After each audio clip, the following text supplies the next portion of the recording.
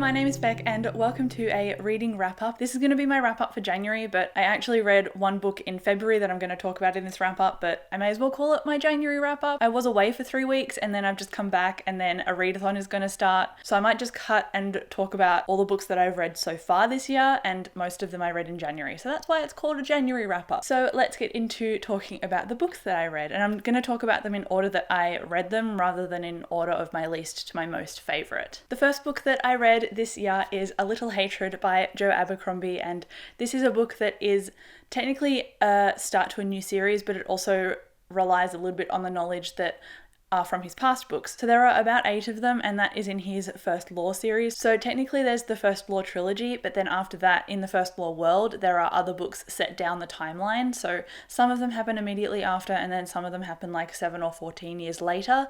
And then this is about 20-ish years after the final book in the series. It's technically the 8th or 9th installment in the First Law world, but it's the first book in his new series, The Age of Madness. And you kind of see technology start to grow in this book in terms of like coal and a revolution and gunpowder and that kind of thing, which I found really interesting. I love it when a fantasy world gets built on and built up and it doesn't just stop and the science doesn't develop at all. I really appreciate that Joe Abercrombie went in that direction, and I've seen him talk about it in an interview where he said a lot of the fantasies that he has read personally haven't continued developing the world. I ended up giving this book 5 out of 5 stars. Obviously, I really loved it, and I'm so happy that the first book I read this year was a 5-star read. Throughout this book, it was like a 4 or 4.5 stars. I saw some new characters and then some old ones that I really loved the cameos of, and I found that I was drawing a lot on prior knowledge of the characters. So a few things happened, and then there was a plot twist at the end, which was really cool, but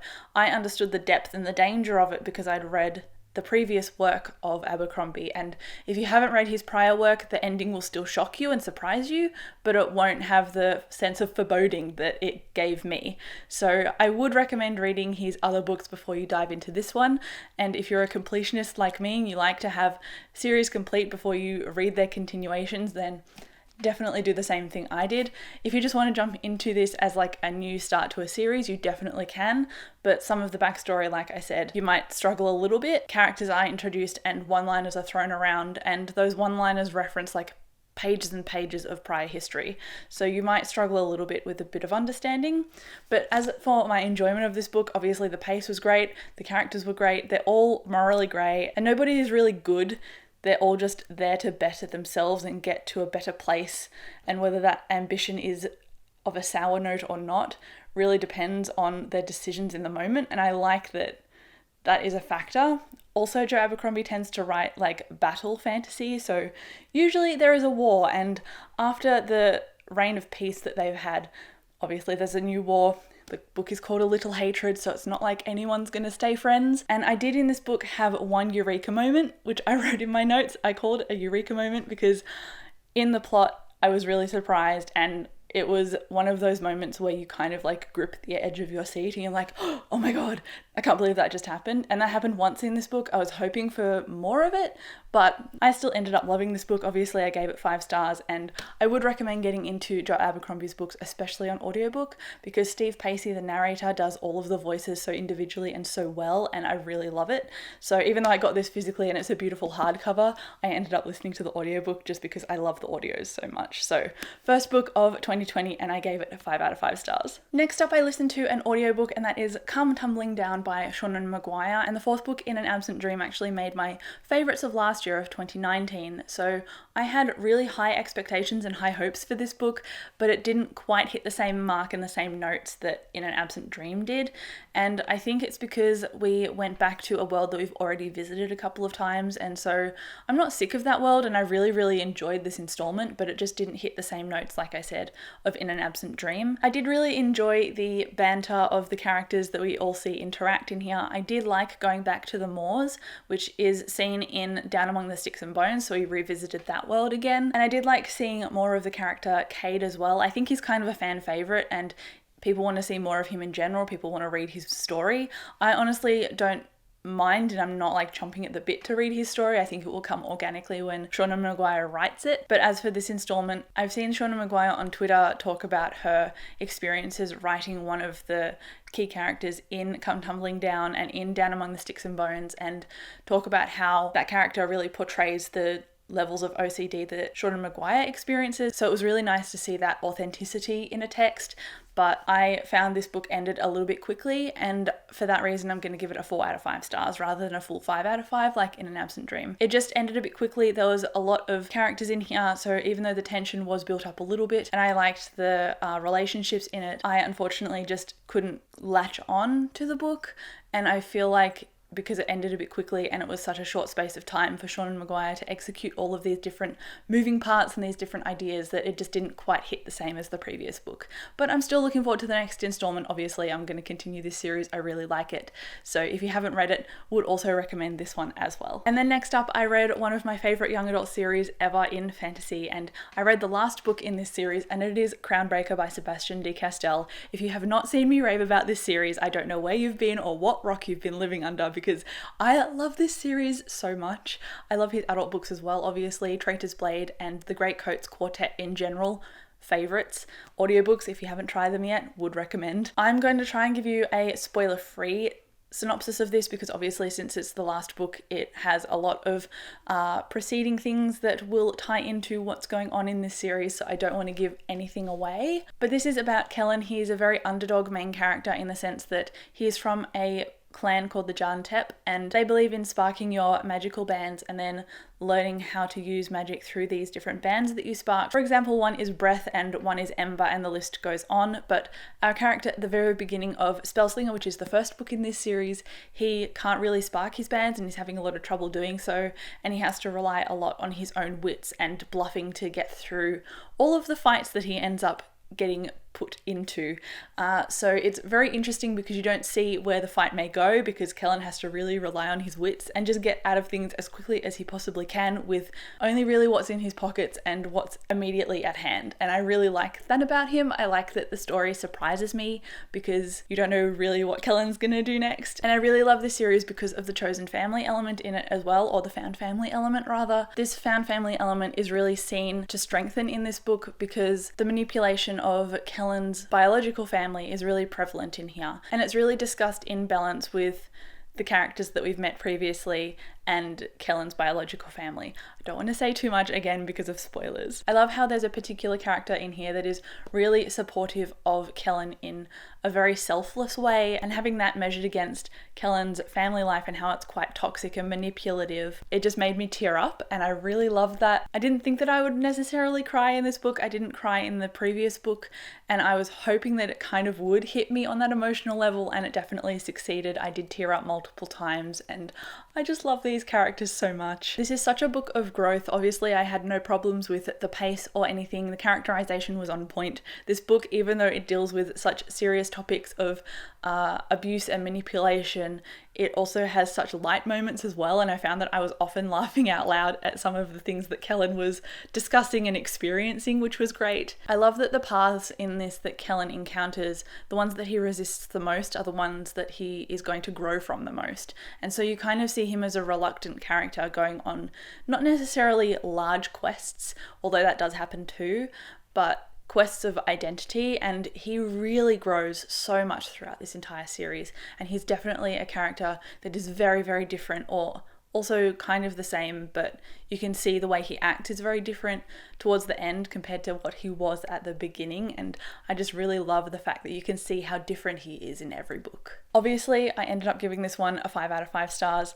I absolutely adored it, and if you're into young adult fantasy, if you're into adult fantasy, I would highly recommend this. Not only are the covers absolutely stunning, what's inside is amazing as well. So highly recommend. So happy that I finished a series in January this year. I'm so happy that I finished a series. Next up, I listened to another audiobook, and I also finished another series. So I listened to The Amber Spyglass by Philip Pullman, and this is the last book in his Dark Materials series. There is a Netflix adaptation that I haven't watched yet, but I now plan to, and I started this series at the end of last year, and I've completed it now in January, which I'm pretty proud of. There is a quote in this book that really resonated with me, so I made sure to write it down in my notes, and it is, "Good and evil isn't what people are, it's what people do."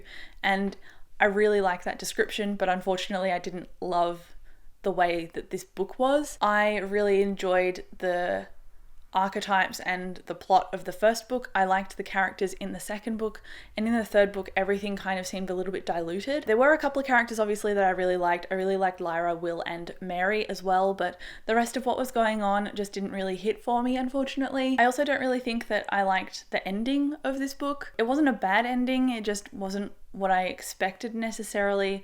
I don't know, I feel like I was made certain promises in the way that certain things were written, and then the way it ended kind of undermined my expectations in a way. I know there is more books, so there is more potential to delve back into this world, but at this stage I don't really plan on continuing. I gave the Amber Spyglass a 3 out of 5 stars. I enjoyed it, it was okay. I prefer the first book, which I gave a 4 out of 5, and then I think I gave the second book like a 3 or 3.5 as well, so it was a decent series. I wish I read it when I was a bit younger.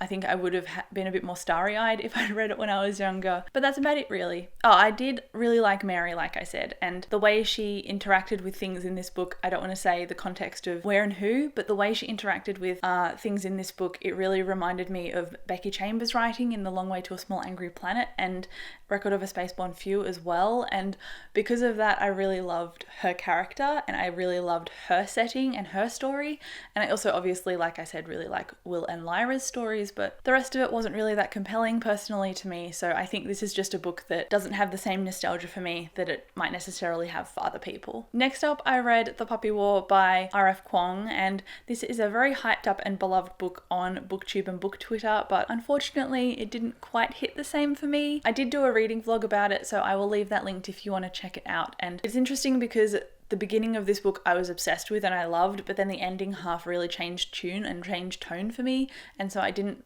connect with it, and I felt a bit of a disconnect and a disillusionment of my expectations. So we follow our main character Rin in here, and she is an orphan girl and she's taken in by these opium dealers. She's already with these opium dealers when the book opens. It doesn't really detail anything previous to that.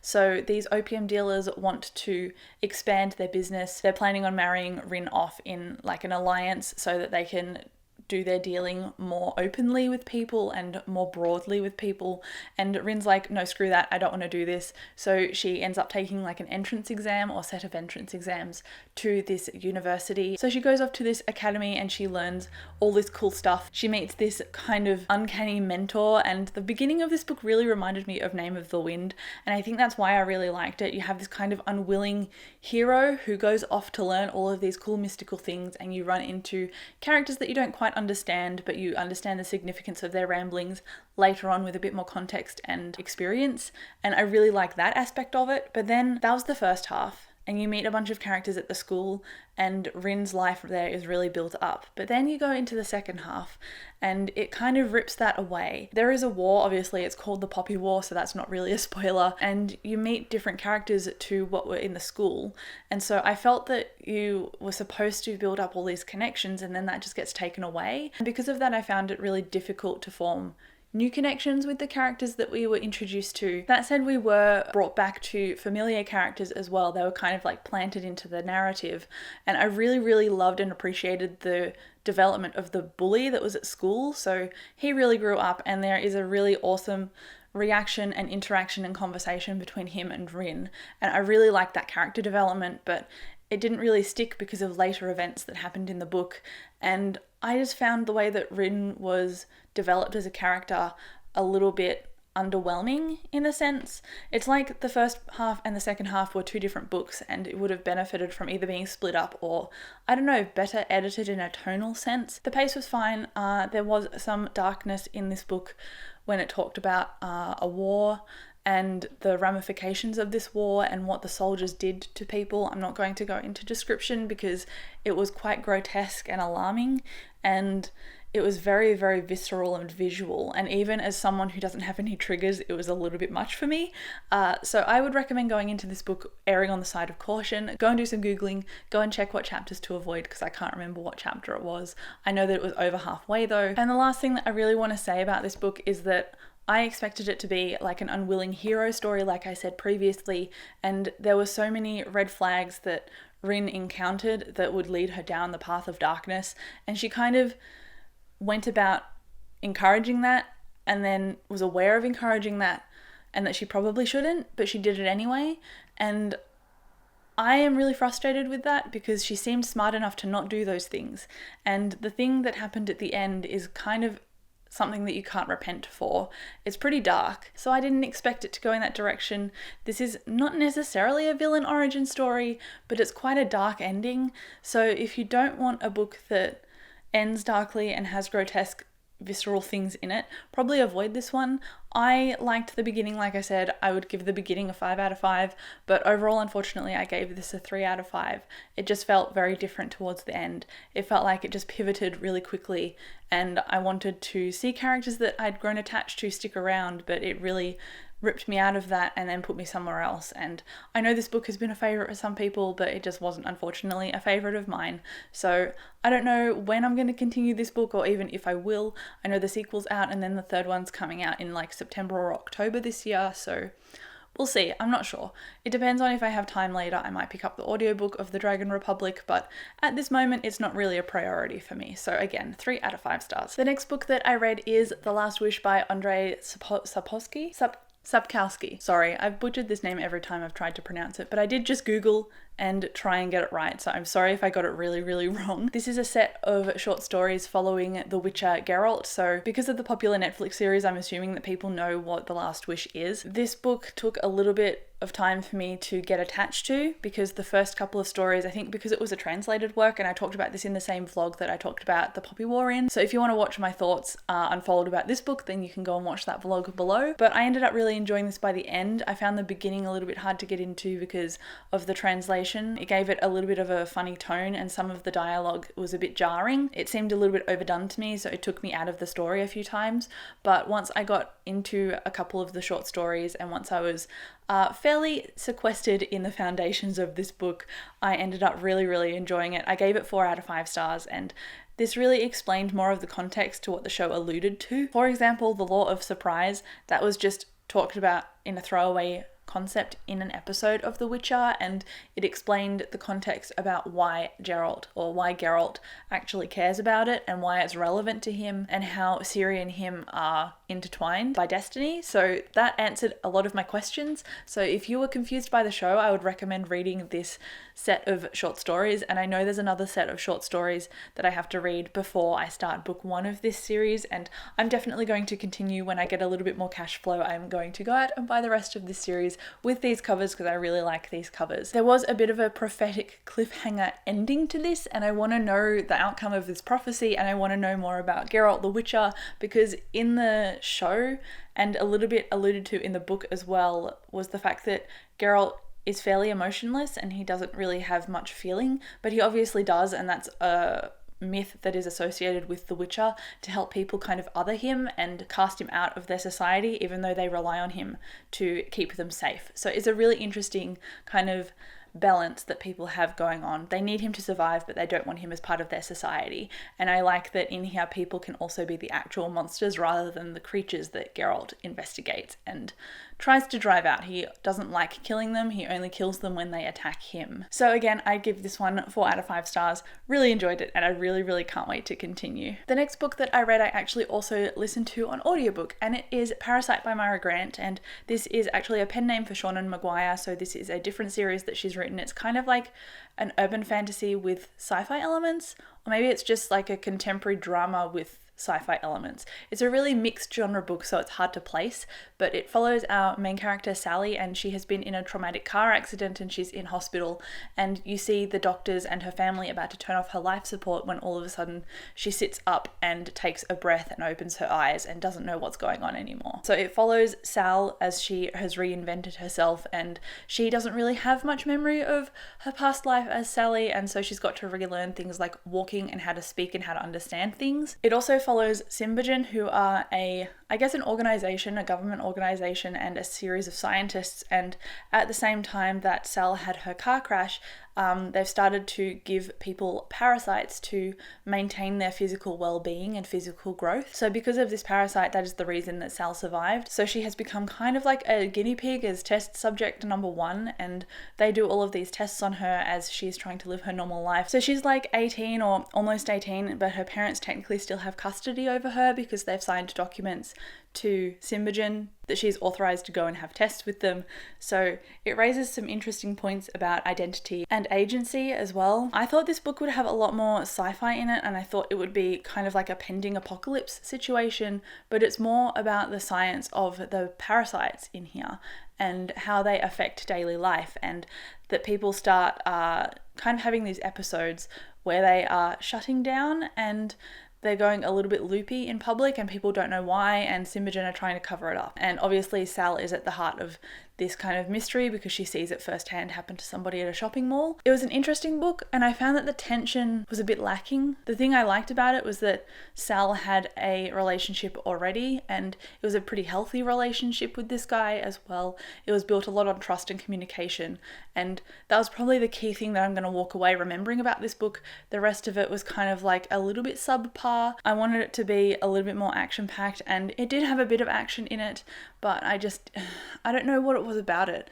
It just felt a little bit flat for me. It's like somebody had given me a dish of food to eat, but they'd forgotten to put the herbs and spices on. There was also a moment near the end of the book. Obviously, I'm not going to say spoilers. I never spoil anything in my wrap-ups, but the character motivations in this plot twist element didn't seem very clear from the get-go, so it wasn't really foreshadowed at all. So one of the major plot twists, or not necessarily major plot twists, but a leading plot twist, didn't seem very believable to me, and it took me out of the story. It made me very aware of what the book was trying to do, and from the first few chapters I ended up calling what would potentially happen at the end, and it seemed like a bit of a weak plot twist, kind of like someone had put boiling water into my coffee and diluted it. So it still had the same taste, but it could have been a lot stronger. So unfortunately I kind of found this a little bit subpar, which is a bit disappointing to me considering how much I loved her Every Heart a Doorway books, but I'm going to give this a 3 out of 5 stars. I did have the sequel Symbiote, I think, but unfortunately I won't be continuing this series, so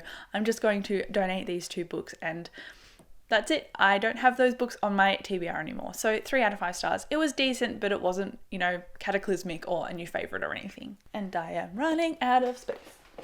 And then onto the last book that I read this month, which I technically finished it on the plane in February when I was coming back from my holiday, but I'm going to count it anyway because I need to do this wrap up before Contemporary-a-thon starts so I can include all of those books in my February and March wrap up depending on how much I read. So let's just get this out of the way. I read The Diviners by Libba Bray on audiobook and I ended up really enjoying it. I have since watched a video from Katie on Kate's book date, and she told me in the comments that the first book is the weakest book of the series, and I was kind of on the fence about continuing straight away, but I think she's managed to convince me to continue sooner rather than later. So The Diviners follows a character named Evie and another character named Memphis. There are a couple of other characters experiencing things alongside them, but those are fairly key characters that I talk about, and I think each book in the series follows different characters that eventually intertwine. Don't quote me on that because I've only read the first book, but The Diviners basically starts out not with these 2 characters. There's a prelude to that. So the prelude is with a bunch of teenagers who are like 17, 18 years old, and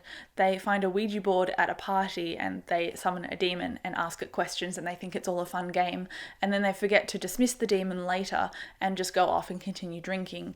And this demon is called Naughty John, and he is the antagonist in this book. So because demons are real in this world, obviously clairvoyancy is real as well. So our main character Evie has a clairvoyant power, and she can read the nature of objects and the history of objects. So she, in her opening chapters, she is at a party as well, and this is all set in like the 1900s, so it's after the World War, so we don't have any kinds of technology really. They have radios and stuff, but nothing too flash. So they're at a party and she is reading this ring of this guy, and it turns out that he got somebody pregnant, and now there's a whole kind of controversy, and she called that out, and because nobody really believed the fact that she's a clairvoyant and they just thought she was, being silly at a party, and then the rumor ended up being true, her parents have sent her away because she's been shamed basically, and even though it's not her fault and it's the guy's fault, this is what happens. So she's been sent off to live with her uncle, and her uncle runs this museum of artifacts and oddities and stuff, and where her uncle is living in that town there is a murder, and they are trying to solve the murder and how it's linked to this demon Naughty John and that kind of thing. So it was a really interesting and fast-paced book.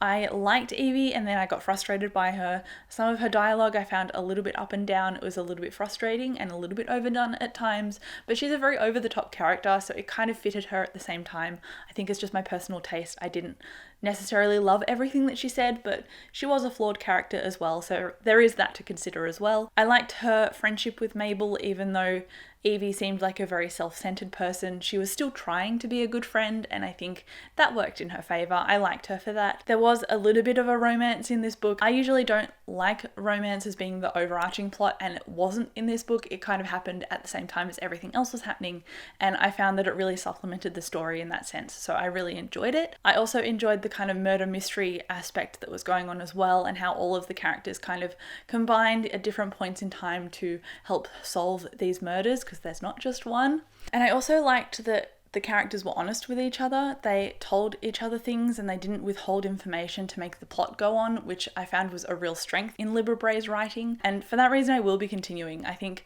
withholding information is a really poor way of a writer to make tension happen in their book, and that didn't happen in The Diviners. And that's why I gave it a 4 out of 5 stars. I also really enjoyed the performance by the narrator of the book, because she did really great voices for everybody and great reactions to things as well. So I would recommend the audiobook.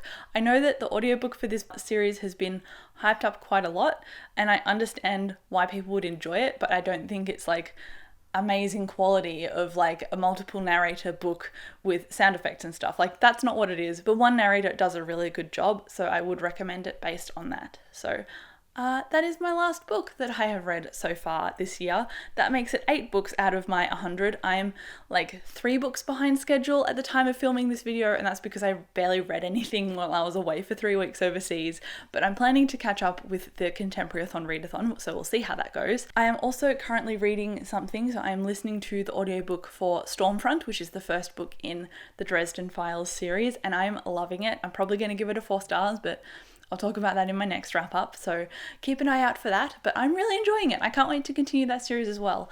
I also have a couple of things still left on my TBR, because I know that I talked about starting the Wheel of Time in my January and February TBR, and I haven't started that yet. And there was also Highway Bodies by Alison Evans, and I haven't started their book yet either, because I just got a little bit too carried away and too busy while preparing for and then going on my holiday. But now I'm back. I'm really excited. I've got Middle Grade March coming up, and then I've got, I think the Owls Readathon is coming back, so maybe that's in April, so keep an eye out for my reading lists for that. But yeah, that concludes my reading so far this year. Thank you so much for watching. If you've read any of these books, please let me know in the comments. I'd love to chat to you about it. I'd love to say hello. I've also got a giveaway going on that ends on the 29th of February 2020, so I'll leave that link down below so you can go and enter that as well. But again, thank you so much for watching. Thank you so much for liking and subscribing. I really appreciate it. It really helps me out, and I will catch you in my next video. Bye.